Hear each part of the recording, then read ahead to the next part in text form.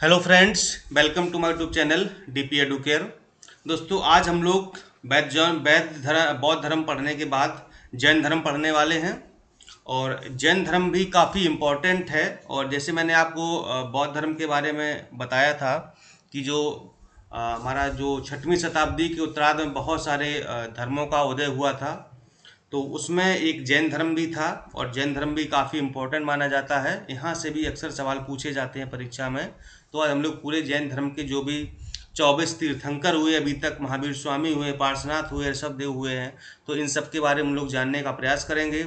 जैन संगीतियाँ हुई हैं, जैन धर्म से संबंधित जो भी प्रमुख तथ्य हैं, घटनाएं हैं, जो भी उससे संबंधित चीज़ें हैं, वो सब कुछ जानने का यहाँ पर प्रयास करेंगे।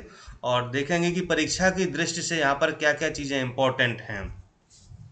तो बहुत ज़्यादा बड़ा टॉपिक नहीं है, छोटा टॉपिक ही है, लेकिन बहुत इम्पॉर्टेंट है। बौद्ध धर्म भी और जैन धर्म भी, दोनों टॉपिक बहुत इम्पॉर्टेंट है अगर इसमें देखा जाए।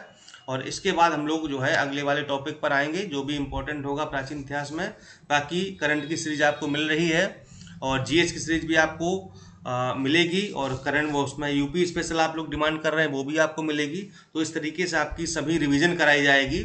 और अगर आप प्रॉपर सीरीज ज्वाइन करना चाहते हैं आरओ की या पीसीएस की, या फिर नोट्स लेना चाहते हैं, तो आप लोग स्क्रीन पर दिए गए नंबर पर संपर्क कर सकते हैं 6393350769। व्हाट्सएप के माध्यम से या फिर कॉल करके भी आप यहाँ पर संपर्क कर सकते हैं। आपको जो भी चाहिए, नोट्स चाहिए या फिर सीरीज चाहिए, वो आपको उपलब्ध करा दिया जाएगा। कैसे उपलब्ध होगा ये आपको बताया जाएगा। तो चलिए फिर शुरुआत करते हैं आज की जैन धर्म की। और यहाँ पर पहली लाइन में आप देख रहे हैं कि जैन धर्म में अभी तक 24 तीर्थंकर हुए हैं। इन तीर्थंकर का मतलब यहाँ पर यह है कि जो जैन धर्म का मतलब प्रमुख होता था, तो उसको एक नाम दिया जाता था, मतलब कि तीर्थंकर। जैसे कि जैन धर्म क्या है, ये आपके 24वें तीर्थंकर हैं। 23वें तीर्थंकर कौन थे? पार्श्वनाथ थे। पहले कौन थे? ऋषभदेव थे। ठीक है, तो इस तरीके से जो जैन धर्म का मुखिया होता है या जो सबसे बड़ा व्यक्ति होता है, तो उसे तीर्थंकर के नाम से जाना जाता है। प्रथम ऋषभदेव थे और 23वें तीर्थंकर थे आपके पार्श्वनाथ। इनका जन्म यानी कि पार्श्वनाथ का जन्म काशी में अर्थात बनारस में हुआ था। पार्श्वनाथ को 100 वर्ष की आयु में सम्मेद पर्वत पर ज्ञान प्राप्त हुआ था। ये भी प्रश्न बहुत पूछा जाता है, चूंकि यहाँ पर देखिए पहले 23वें और 24वें ये तीन तीर्थंकर बहुत ज़्यादा इंपॉर्टेंट है, बाकी बीच के उतने इंपॉर्टेंट नहीं है। तो जो 23वें तीर्थंकर थे पार्श्वनाथ, उनको 100 वर्ष की आयु में सम्मेद पर्वत पर ज्ञान की प्राप्ति हुई थी। पार्श्वनाथ द्वारा 4 महाव्रत प्रतिपादित किए गए हैं, जो इस प्रकार हैं: सत्य, अहिंसा, अपरिग्रह तथा अस्तेय। सत्य आप समझ रहे कि सत्य बोलना, हिंसा मतलब हिंसा ना करना, अपरिग्रह का मतलब है धन का संचय ना करना, यानी धन को इकट्ठा नहीं करना है, जितना आया उसको खर्च कर देना है, इकट्ठा नहीं करना है। और अस्तेय यानी कि चोरी ना करना। ध्यान रखिएगा, इन्होंने 4 प्रकार के जो है महाव्रत बताए हैं: सत्य, अहिंसा, अपरिग्रह और अस्तेय। ठीक है, यहाँ पर ब्रह्मचर्य जो महाव्रत है वो महावीर स्वामी द्वारा जोड़ा गया है। यहाँ पर देखिए जो ब्रह्मचर्य की ये जो 5वां है ना, मतलब ब्रह्मचर्य, तो जो महावीर स्वामी थे 24वें तीर्थंकर, उनके द्वारा जोड़ा गया, जबकि पार्श्वनाथ ने सिर्फ 4 ही बताए थे। जैन धर्म के 24वें तीर्थंकर महावीर स्वामी हैं, जो जैन धर्म के वास्तविक संस्थापक माने जाते हैं। ये प्रश्न कई बार परीक्षा में पूछा गया है कि जैन धर्म के वास्तविक संस्थापक कौन हैं, तो वो हैं आपके महावीर स्वामी। कभी कभी लोग यहाँ पर अब ऋषभदेव को लगा देते कि सोचते कि ये प्रथम थे तो संस्थापक भी होंगे, नहीं। चूंकि जैन धर्म का जो महत्व है, जो जैन धर्म के बारे में लोगों को जानकारी हुई है और जैन धर्म को मानने वाले लोग हुए हैं, तो महावीर स्वामी ने जब इस धर्म का प्रचार किया है बहुत ज़्यादा जोर शोर से, तब लोगों को पता चला कि हाँ भी ये भी कोई एक धर्म है। और इन्होंने बाकायदा इसकी विधिवत तरीके से स्थापना कराई और सारी चीज़ें इसके बारे में बताई लोगों को। इसलिए महावीर स्वामी जी को जैन धर्म का वास्तविक संस्थापक माना जाता है। महावीर स्वामी का जन्म 540 ईसा पूर्व में वैशाली के निकट कुंडग्राम में हुआ था। उनके पिता का नाम सिद्धार्थ था, जो ज्ञात्रक क्षत्रियों के संघ के प्रधान थे। और इनकी माता थी त्रिशला, जो कि लिच्छवी कुल के प्रमुख चेटक की बहन थी। और महावीर के बचपन का नाम था वर्धमान। ये भी परीक्षा में पूछा जाता है, जैसे कि गौतम बुद्ध के बचपन का नाम सिद्धार्थ था, तो महावीर के बचपन का नाम था वर्धमान। महावीर का विवाह कुंडी गोत्र की एक कन्या थी यशोदा, उनसे हुआ था, और इनकी पुत्री हुई थी, उसका नाम था प्रियदर्शना। और इनकी पुत्री का जिस व्यक्ति से विवाह हुआ था, इनका दामाद था, वो था जमाली। जैन धर्म में पूर्ण ज्ञान को कैवल्य कहा जाता है, यानी कि अर्थात कोई व्यक्ति जब पूर्ण ज्ञान को, मतलब एकदम ज्ञान को प्राप्त कर ले और लगे कि इसको ज्ञान प्राप्त करने की आवश्यकता नहीं, यानी कि पूर्ण ज्ञान प्राप्त हो जाए, तो कहा जाता है कि कैवल्य की प्राप्ति कर ली, यानी कि पूर्ण ज्ञान की प्राप्ति कर ली है। महावीर स्वामी को 12 वर्षों की कठोर तपस्या के पश्चात 42 वर्ष की अवस्था में जृंभिका ग्राम के समीप ऋजुपालिका नदी के तट पर साल वृक्ष के नीचे कैवल्य अर्थात ज्ञान प्राप्त हुआ था। बहुत ही इंपॉर्टेंट लाइन है। तो महावीर को ज्ञान कब प्राप्त हुआ था? 42 वर्ष की अवस्था में। कितने वर्ष की कठोर तपस्या के बाद? 12 वर्ष की कठोर तपस्या के बाद। कहां पर? किस नदी पर? ऋजुपालिका नदी के तट पर। किस वृक्ष के नीचे? साल वृक्ष के नीचे इनको ज्ञान प्राप्त हुआ था। ये लाइन बहुत इंपॉर्टेंट है, सारी बातें यहां पर आ गई हैं इस लाइन में। कल्प सूत्र तथा आचरंग सूत्र में महावीर की कठिन तपस्या का वर्णन मिलता है। नेक्स्ट है, अणुव्रत सिद्धांत का प्रतिपादन जैन धर्म में किया गया है। जैन धर्म में भिक्षुओं के लिए पंच महाव्रत और गृहस्थों के लिए पंच अणुव्रतों की व्यवस्था की गई है। इनकी जो अणुव्रत सिद्धांत है, यानी कि महाव्रत सिद्धांत है और एक अणुव्रत सिद्धांत है, ठीक है।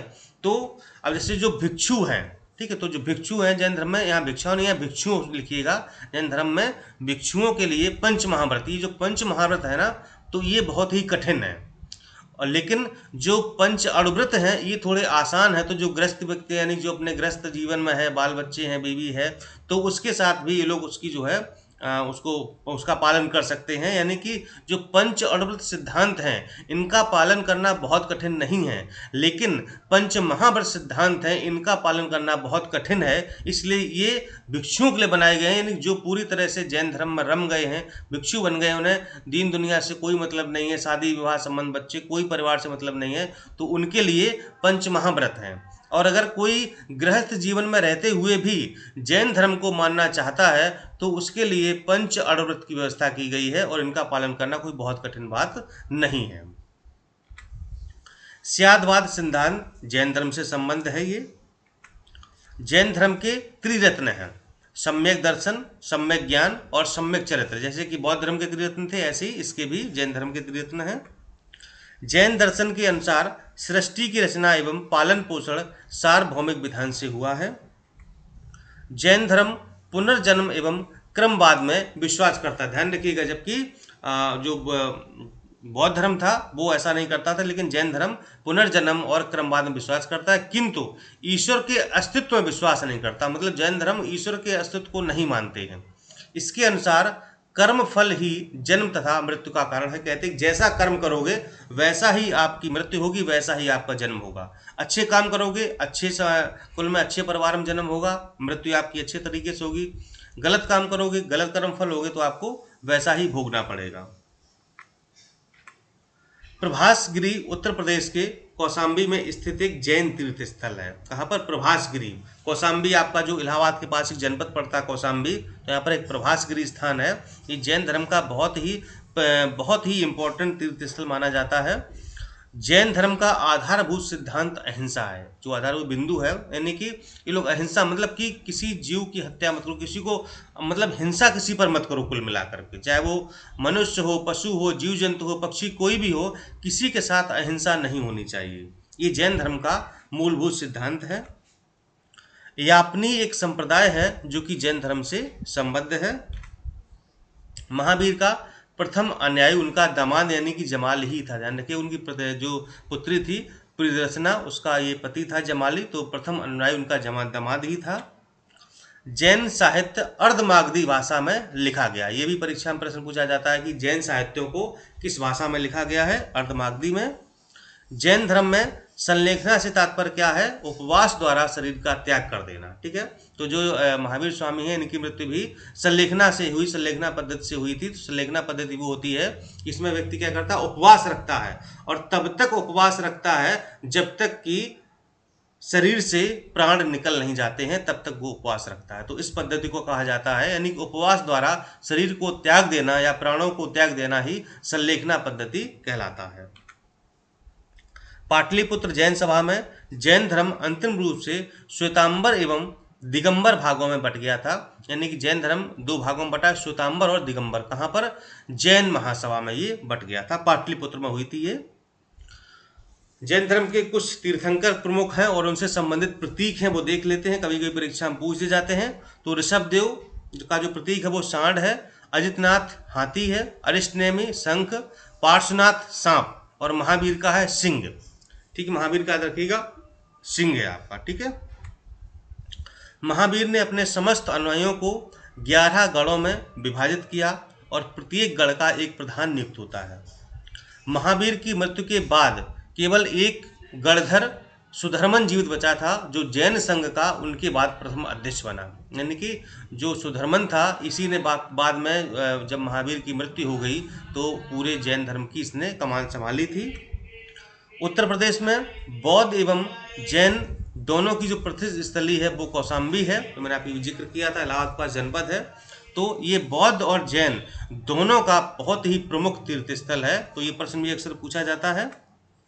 महावीर स्वामी की मृत्यु के पश्चात जैन संघ का प्रथम अध्यक्ष सुधर्मन ही बना था। ये प्रश्न बहुत इंपॉर्टेंट है, ये भी पूछा जाता है कि जब महावीर स्वामी की मृत्यु हो गई थी तो जैन धर्म को किसने संभाला था, उसका अध्यक्ष कौन बना था? तो वो था आपका सुधर्मन। प्रथम जैन सभा का आयोजन 310 ईसा पूर्व में पाटलिपुत्र में हुआ था और इसकी अध्यक्षता की थी स्थूलभद्र ने। स्थूलभद्र का नाम भी काफी इंपॉर्टेंट आ जाता है, क्योंकि जब प्रथम जैन सभा हुई थी तो स्थूलभद्र ने इसकी अध्यक्षता की थी। द्वितीय जैन सभा का आयोजन 512 ईस्वी में गुजरात के बल्लवी में हुआ था और इसकी अध्यक्षता की थी देवर्धगढ़, यानी क्षमा शरण, दो उसके नाम थे, देवर्धगढ़ या फिर क्षमा शरण ने की थी। प्रथम जैन सभा जो कि पाटलिपुत्र में हुई थी, जैन धर्म का विभाजन श्वेतांबर और दिगंबर संप्रदाय में हो गया था। स्थूल भद्र के अनुयायी श्वेतांबर संप्रदाय और भद्र भाई के अनुयायी दिगंबर संप्रदाय के कहलाए थे। यहाँ पर स्थूल भद्र और भद्रबाहु दो थे उस समय के जैन धर्म के बहुत ही मानने वाले। तो जो हमारे जो अनुयायी थे जैन धर्म के, वो दो भागों में बट गए थे, श्वेतांबर और दिगंबर में। महावीर स्वामी की मृत्यु 527 ईसा पूर्व में 72 वर्ष की आयु में राजगीर में हो गई थी, यानी बिहार में, और ये स्थान आपका है पावापुरी। तो पावापुरी भी काफ़ी जैन धर्म से संबंधित स्थल माना जाता है। बिहार के राजगीर जिले में पड़ता है पावापुरी और 72 वर्ष की अवस्था में 527 ईसा पूर्व में महावीर स्वामी जी की मृत्यु हो गई थी। तो इस तरीके से जो है ये महावीर स्वामी के बारे में, यानी कि पूरे जैन धर्म के बारे में आपने पढ़ा, और मुझे लगता है कि इससे बाहर शायद कोई प्रश्न नहीं जाना चाहिए, क्योंकि जितने भी पूर्व वर्षों के प्रश्न आए हुए हैं वो भी इसमें शामिल किए गए थे, चाहे वो समीक्षा अधिकारी के हों, पीसीएस के हों, लोअर पीसीएस के हों या कोई अन्य परीक्षाओं के हों। तो इसको आप लोग अच्छे से पढ़ लीजिए। कुछ इंपॉर्टेंट अगर नोट करने वाली चीज़ें उनको आप नोट कर लीजिए, ताकि रिविज़न करने में आपको आसानी हो। चलिए दोस्तों, आपको कैसा लगा वीडियो ज़रूर बताइएगा, ताकि हम आपके लिए और बेहतर प्रयास कर सकें, बेहतर चीज़ें आपको उपलब्ध करा सकें, ताकि परीक्षा आपको पास कर सके, आप अधिकारी बन सके, अपना सपना पूरा कर सकें। चलिए इन्हीं शुभकामनाओं के साथ बहुत बहुत धन्यवाद। जय हिंद, जय भारत।